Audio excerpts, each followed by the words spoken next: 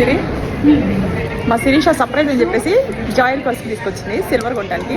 మా గృహప్రవేశం కోసం గిఫ్ట్ కొంటున్నాను. ప్లేట్ చూస్తున్నా, అది నాకు కూడా తెలియదు.